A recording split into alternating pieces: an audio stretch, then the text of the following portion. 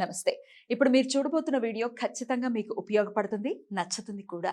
మరి మీకు నచ్చిన విషయం నాకు తెలియాలి అంటే ఈ వీడియోని మీరు లైక్ చేయాలి, షేర్ చేయాలి, అలాగే మన ఛానల్ని సబ్స్క్రైబ్ చేయాలి. మీ సపోర్ట్ని నాకు అందిస్తారు కదా.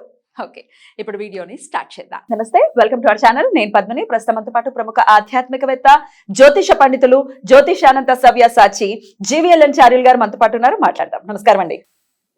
శత్రువు ప్రతి ఒక్కరి జీవితంలో ఈ శత్రువు చాలా ప్రామినెంట్ రోల్ని ప్లే చేస్తాడని నేను అనుకుంటాను. ఖచ్చితంగా శత్రువు అనే వాళ్ళు ఉండాలి, జయించాలి వాళ్ళని. అంటే వాళ్ళలో ఉన్న శత్రు భావం పోవాలి, అంతవరకే. వాళ్ళకి ఏదో హాని జరగాలని కాదు. సరే, అసలు జన్మ చాట్ ప్రకారం కూడా ఈ వీళ్ళకి శత్రువులు ఎక్కువగా ఉంటారనేది అనాలిసిస్ చేయొచ్చా? ఒకవేళ అలాంటి పరిస్థితి ఉంటే ఎట్లాంటి రెమెడీస్ని చేసుకోవాలండి? శ్రీ గురుభ్యో నమః. ఓం నమో నారాయణి. శత్రువులు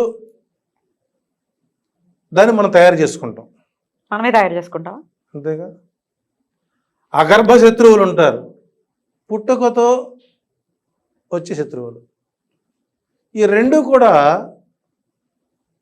ఒక వ్యక్తి యొక్క జాతక చక్రంలో రవి శనులు, రవి శని వాళ్ళిద్దరు అబ్బల కొడుకులే, తండ్రి కొడుకులే, కానీ ఇద్దరి మధ్య బద్ధవైరం ఉంటుంది. తండ్రి ఏమో దాతృత్వంగా ఉంటాడు, కొడుకేమో కంట్రోల్లో ఉంటాడు. లేదా కొడుకు కంట్రోల్ తప్పితే తండ్రి కంట్రోల్లో పెట్టాలని చూస్తారు.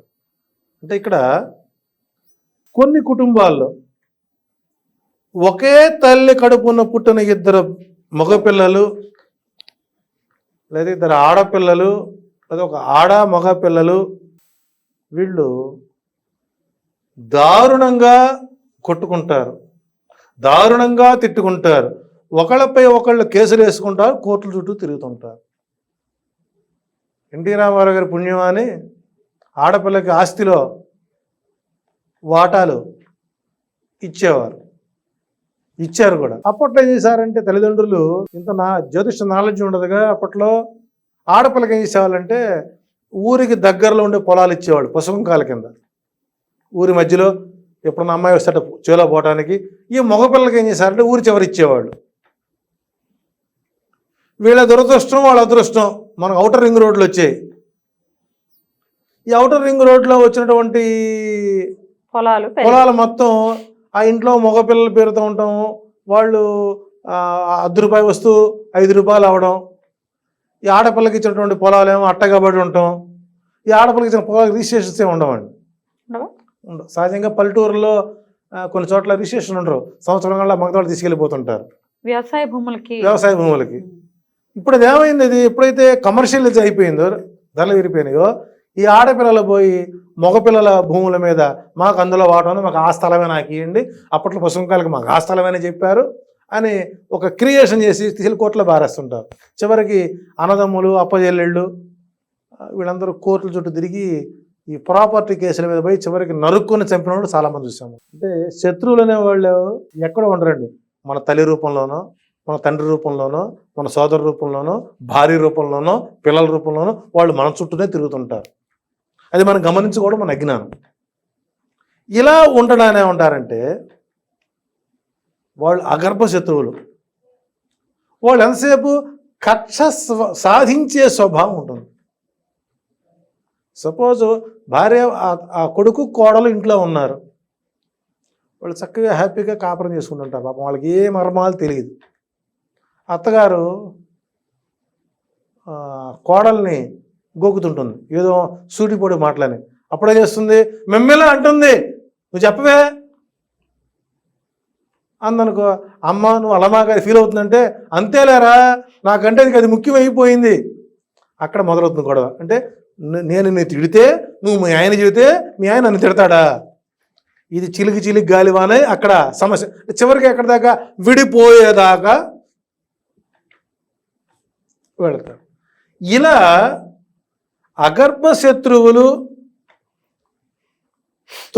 వైరం, చివరికి పగలు, కక్షలు, కార్పణ్యాలు. వరగ చెప్పాలి, మన ఇంట్లోనే ఫ్యాక్షనిజం ఉంటుంది. చేతిలో 5 ఏళ్ళు ఉంటాయి. 5 ఏళ్ళు 5 రకాల సొరకత్తులు. ఏంటి ఈ సొరకత్తులు? ఇంకా 5 కలిసి అనుకోండి, ఇక తకదేమి తాళమే. కాబట్టి ఇలా కొన్ని వందల కుటుంబాల్లో ఈ రోజున అస్థిరత్వ భావం కలుగుతుంది. కారణం ఆ కుటుంబంలో ఎవరో ఒకరి జాతకంలో రవిశనులు గనక కలిసి ఉంటే వారు అగర్భ శత్రువులుగానే పరిగణించాలి. తప్పనిసరిగా ఆ ఇంట్లో కేసులు పడతాయి, కొట్టుకోవడం, మంచాన పడతాం, కాళ్ళు ఎర్రగొట్టుకోవడం, జుట్లు పట్టుకోవడం, మొత్తానికి నిత్యం ఆ ఇంట్లో మైసమ్మ కొలుపులు జరుగుతూనే ఉంటాయి. ఎవరికి ఎవరు ప్రశాంతంగా ఉండరు. ఎవరి గిన్నె వాళ్ళది, ఎవరి కుండ వాళ్ళది, ఎవరి కంచం వాళ్ళది, ఎవరి మంచం వాళ్ళది. దీనికి ఏంటండి చివరికి కట్టుకున్న భార్యాభర్తలు కూడా వాళ్ళ ఉత్తరం వాళ్ళ దర్శనం పడుకుంటారు, మధ్యలో వండుకున్న గిన్నె కూడా తినకుండా. ఇలా గనక జరుగుతూ ఉన్నట్లయితే పరిస్థితి ఎలా మనకు జమ్మి చెట్టు అనేది ఉంటుంది. జమ్మి చెట్టు శనికి ప్రామాణికమైనటువంటి, మన దసరా పండుగ రోజున శమి శమయతే పాపం శమి శత్రు వినాశనం అర్జునస్య ధనుర్ధారి రామస్య ప్రియదర్శిని అని చెబుతుంటారు. ఆ జమ్మి చెట్టుకి ఘటానికి వివాహం చేయమంటాను నేను. ఘటం అంటే కుండ. అది కూడా శాశ్వత పరిష్కార మార్గం వెండి బిందె, వెండి ఘటం. వెండి దోషాన్ని వెళ్ళదీస్తుంది అంటారు, రాగి మేలు చేస్తుంది అంటారు. మనకు అగమన్నారు. కానీ ఆ జమ్మి చెట్టు ఆ వెండి కొండని ఆ పురోహితుడికి ఇస్తే ఆయన ఆ జమ్మి కొమ్మని తీసుకుని వెళ్ళి, అందులో ముదురు కొమ్మ ఉంటుంది కాబట్టి అది ఇంట్లో కవ్వంగా వాడుకుంటారు. అప్పుడు ఆ వెండి బిందెలు ఏమంటే ఊరుకుంటారా, ఆ చాలు ఇదే మనం నొక్కడం చేసేవాళ్ళే అంటారు. సో కాబట్టి ఇది శాస్త్ర ధర్మబద్ధ వైదికమైనటువంటి ప్రక్రియ.